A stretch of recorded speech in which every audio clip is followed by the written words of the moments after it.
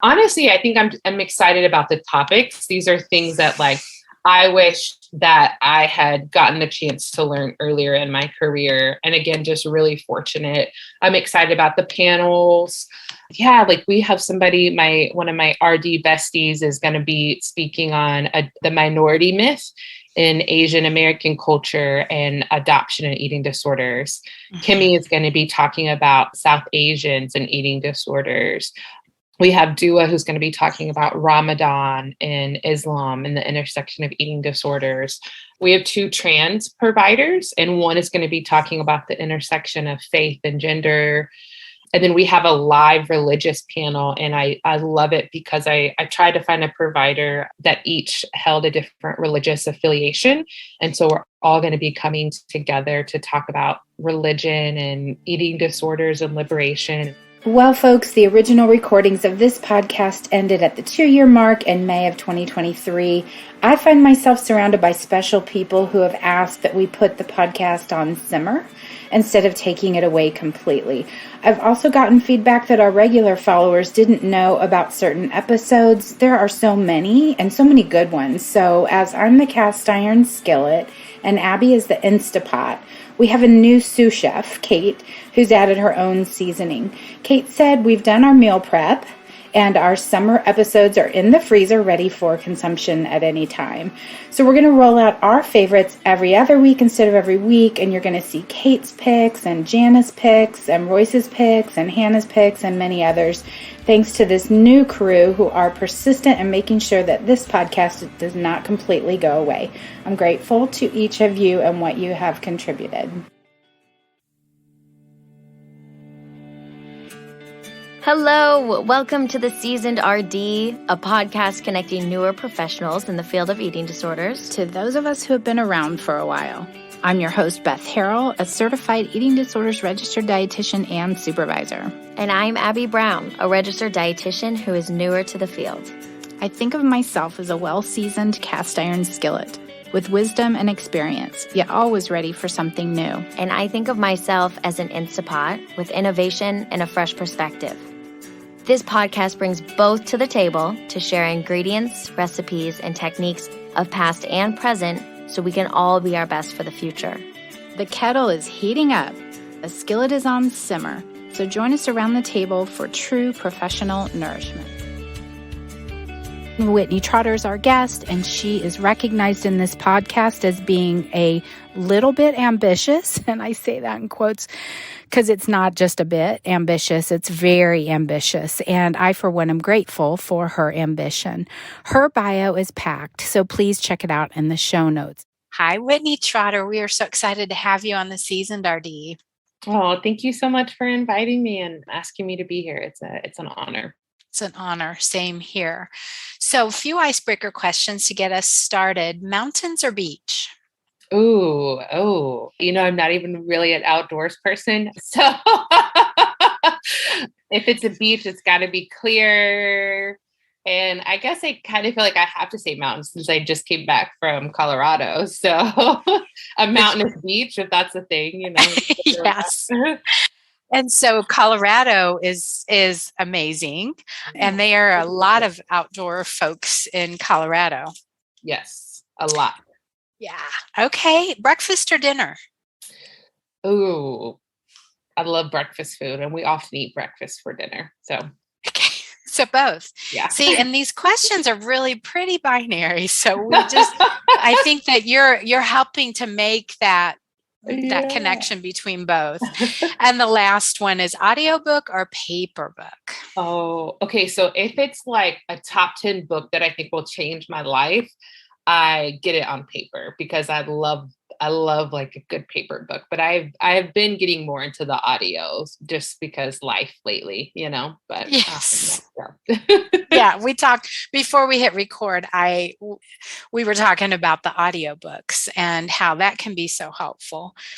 All right. Well, you're a registered dietitian, you're a registered yoga therapist, you're a registered nurse. So you pick, but we have some of our listeners are newer. They're getting ready to take their RD exam or or their board exam for something. Give us a time or a funny story or something scary or just a story about your RD exam or your RN exam for those who are getting ready to take theirs. Do you remember anything about one of them? I mean, I was traumatized. I'm a terrible test taker. I mean, terrible. So, and I also like what a lot of people don't know. I always like say this as an encouragement for RDs. I was a Division I college athlete. And so back then, it was like so strict on the internship guidelines. Well, the NCAA clearinghouse has like very strict rules on like the work hours that you do. So I didn't even match my first year of applying to the dietetic internship. And I had like I think I graduated with like a 3.8 and had like a lot of volunteer, but I did not match. So I almost didn't become a dietitian. So my gosh. I always tell RDs of like, just like stay the course. There's so many amazing RDs out there that did not get matched their first time. And just to really, just to continue fighting for that right to be a registered dietitian, because I definitely don't regret it. So I heard 40%, and I don't remember if that's 40% actually make the cut or 40% don't. But either way, that's close to half that don't. So that's interesting. Oh my gosh, it is traumatizing. And I used to say that when I would ask that question, not meaning to traumatize you, but I'm going to bring you back to your exam day. Yeah. So was your exam for the RD, was it on paper or was it computer? It was computer. It was computer. And it was so stressful. I mean, it was so unbelievably stressful. I'm like, the 5-year cycle that we have to do, I just get so paranoid because I'm like, I can never take that exam again. No, no, I think so too. Yeah. I'm the same. And so some people are really not even nervous at all, but that's the rare person. Yeah. That's I was number 2 pencil, and I had several of them, tried to get good sleep the night before. But anyways, so you have lots of degrees, but your experiences are so varied. I want you to tell us how you got into the fields that you're in. Okay. The nursing, yoga, dietitian, and then eating disorders. Yeah. So dietitian in undergrad, one of my dietetics preceptors, she was Nigerian. And so she would go in the summers back to Nigeria and she would study HIV and nutrition. And so I actually knew that when I was going to school to be a dietitian, my focus was going to be on HIV and AIDS. So that was my passion. And I had to like wait a year. And so that gap year when I didn't get in, I drove like 2 hours every week and I volunteered at a local HIV resource center and daycare. And then I ended up getting a job being like a youth HIV outreach educator. And then a year later matched for my internship. But what was really amazing about this internship is I like called and begged. I was in Memphis. St. Jude had a children and adolescent HIV AIDS clinic. And I begged their dietitian to let me work with her. And she did. And so I did all my graduate work in the HIV clinic.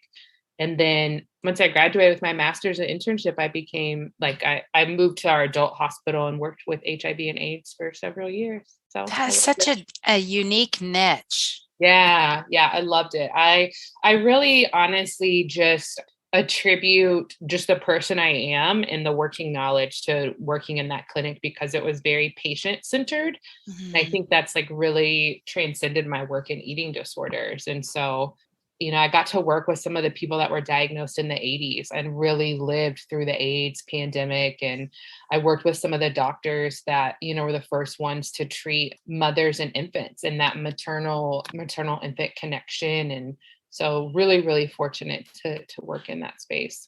Sure. Is that how you got into nursing? Okay. So I actually got into nursing because when I was doing HIV work and I was kind of doing the youth like risk, I was working there. I started getting interested in human sex trafficking and working at our local, we have a standalone rape crisis center. And so there were several nurse practitioners that were like, you should go back to nursing school. But I also worked with them at the HIV clinic. So Yeah. it just, it was a great connection and community. And so I ended up going back to nursing school and working in human trafficking in the Rape Crisis Center. So. Oh my gosh, so unique. And I've had the opportunity to listen to some of the voice topics that you've had over the years, and to reach out to you for supervision. And before I hit record, I was telling you how great it is to have this resource to reach out to, because I'm personally doing a ton of learning. I think that many of us are, and the way that you welcomed me into your space and helped me with my client was really, really helpful.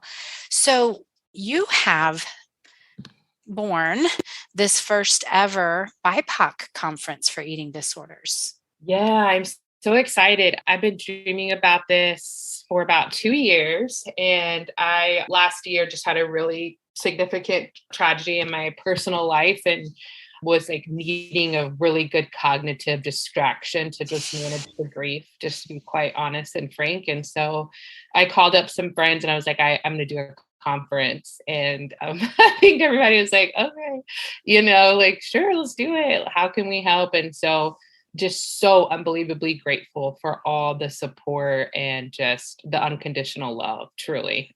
So yeah. Tell us about it. So in the show notes, I'm going to have the link to this, but y'all who are listening, please look at this. It is freaking amazing. There are so many people involved in it, so many wonderful speakers. And like I said, it's the first ever. It's just historical. Yeah, I'm so excited. So, with working in eating disorders, I've been doing eating disorders for several years, and I've worked at every level of care except for inpatient. So I've been at residential, PHP, IOP, and I was a nutrition director at a higher level of care prior to opening up my own private practice. And very comfortable treating more of like kind of a higher acuity caseload of eating disorders. But it was very just whitewashed, and there was not a lot of intersectionality when thinking about eating disorders. And so when I was dreaming about this, one, I just secretly wanted all my friends to speak at the conference. But two, I just had learned so much, right? Like I've worked with clients who are undocumented, and that's not an identity that I hold. And so navigating how to work with somebody who is undocumented, but they need a higher level of care, that barrier to accessibility, right? Working with somebody who is in the foster care, who has been adopted. We don't really talk about these intersections, with eating disorders. And so as I was like really dreaming and planning of this, it just lined up so perfectly that I knew so many BIPoC professionals that were like working in these individual spaces. And I was like, let's just all come together and really just talk about the ways in which we're navigating this and how we can show up for this particular population and how people can learn. Yeah. What are you most excited about? Oh gosh, that's such a good question. I don't know. It's all unpacking as we speak. Yeah. And if you're listening to this in real time, we're going to put this out as a special edition just to help you know about it ahead of time. It's July 20th. It's 3 days live, but there's also recordings. Yeah. So it's almost like a 4-day conference, and you'll get access for up to 6 months. But I'm just so pumped about this conference. Honestly, I think I'm excited about the topics. These are things that like I wish that I had gotten the chance to learn earlier in my career. And again, just really fortunate. I'm excited about the panels. Yeah, like we have somebody, one of my RD besties is going to be speaking on the minority myth in Asian American culture and adoption and eating disorders. Kimmy is going to be talking about South Asians and eating disorders. We have Dua, who's going to be talking about Ramadan and Islam and the intersection of eating disorders. We have 2 trans providers, and one is going to be talking about the intersection of faith and gender. And then we have a live religious panel, and I love it because I tried to find a provider that each held a different religious affiliation. And so we're all going to be coming together to talk about religion and eating disorders and liberation. And I'm just so excited about that. Yeah. So so many just awesome topics. Shelby Gordon, who is a dear friend of mine, is leading the anti-racism training. And she's just a beautiful person. And I've learned so much from her. We have eating disorders in the Black community. 3 of the 5 of the Unsolicited Fatties are going to do a fat liberation panel. So it's so much. It's so much. So if I signed up today, I could attend some of the live, but there's also recorded sessions. It's almost like a 4-day full. Yes. Yeah. So, and you'll get access. Like I said, we're going to keep it up for 6 months. So even if you can't make every single live, you'll be able to rewatch it for up to 6 months. So we're really excited about that. So I want to say, because I've had my own personal time away from work, a little bit of a struggle, and expenses are still the same for me. So I had made myself a vow that I wasn't going to pay or buy anything new for a year, because I sign up for so many things.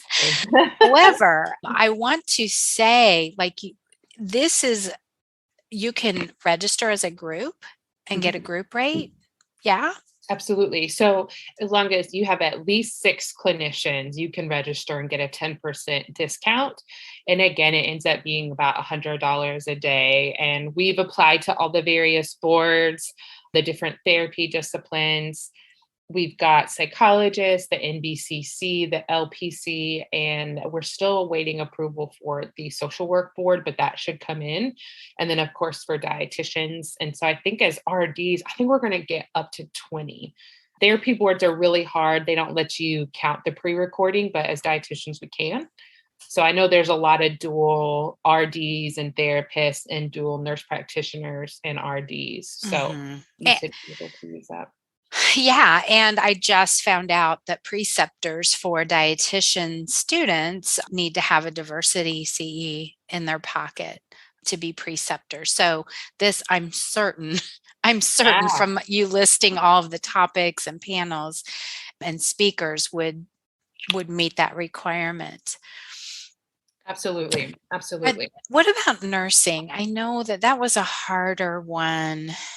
Yeah. And, as a nurse, as a nurse, it was very hard because not each state needs continuing education. So like as a nurse in Tennessee, you actually don't have to have any continuing education credits. Oh. Yeah. And I am in my license is in a compact state. So it was hard trying to figure out, because we didn't have an RN present, how we could get nurses those CEUs. But yeah. Okay. Hopefully next year we'll have a better idea. Hopefully next year. Yeah. And last week or recently, you were in Colorado. You mentioned that when we talked about mountains or beaches. Yes. What was that about? Yeah, so I got to go out there. Heather, who is the brain mastermind of the Weight Inclusive Nutrition and Dietetics, wanted to host like a live podcast. And just, it's been so long since I think a lot of us were in real life, so to speak, in professional spaces. So it was awesome. It was my first WIND event. And yeah, it was just great. It was great. Yeah. I really enjoyed it. Kind of magical. That's what I was hearing from a couple who had attended that. So it's nice to get back together again. And the conference, the BIPoC conference, is Zoom. So that also allows us the flexibility to be able to stay, to save some money on travel, if that is something that's also a concern for folks. Yes. And I'm so glad you mentioned that. We wanted to really make this as just intersectional and inclusive as possible. So we actually we'll have closed captions, hopefully on every single presentation, but we also have live ASL interpreters that will be doing 3 of the sessions. We couldn't do it all day, but they'll be doing 3 sessions. And so we're going to make a special announcement about that. Oh, that's even better. Yeah. Okay, good deal. So what are you going to do after the conference? Are you going to take some time? Oh, I wish. I want to. Ideally, I was going to take a vacation with the family, but I am in school to get my doctorate to be a Psych NP, and my daughter starts kindergarten. So we have like a week, and then both of us are starting school. So yeah, so I'm going to see some clients and try to take maybe 2 or 3 days off, but we'll kind of be in the thick of it with preparing for kindergarten and school. So okay, so then I'm going to guess that because I'm so excited about this, and so many of us are looking at the list of people who are sponsoring, who are supporting, that this is not going to be the only time that you'll offer this. I hope not. I hope to make this a yearly thing. It's been a lot. I'm not going to lie. It's been a lot coordinating. And, I think most people, when they say they're going to do a conference, probably don't do a 3 to 4 day one. I think I was a bit ambitious, but I've learned a lot. And I really do hope to be able to have this as a continuation of, just a legacy for our profession and hope to continue. So I really hope that there'll be, many more years of this to come. Okay. What was your sport? I played basketball. Okay. Yeah. My husband and I both played basketball in college. So I know nothing about sports. When you said that you're not an outdoors person, I'm not an outdoors person either. I'm not a sports person. I mean, I know basketball is mostly indoors, but that's not a connection that we have, but definitely not an outdoors person. And I love the mountains. Okay. Whitney, I have a wrap-up question. You mentioned that you were in all levels of care with eating disorders, and that has informed your practice and your work and your private practice. And just as being the mover and the shaker that you are, knowing that we have all levels of professionals listening in, what is something that you wish you would have known when you entered the field of eating disorders that you do know now? Something you didn't know then that you do know now? You know what it is? The ability to do a nutrition assessment independent of BMI. And I really want more RDs to be able to do that, because we get so hyper focused on BMI, particularly those that meet the refeeding requirements.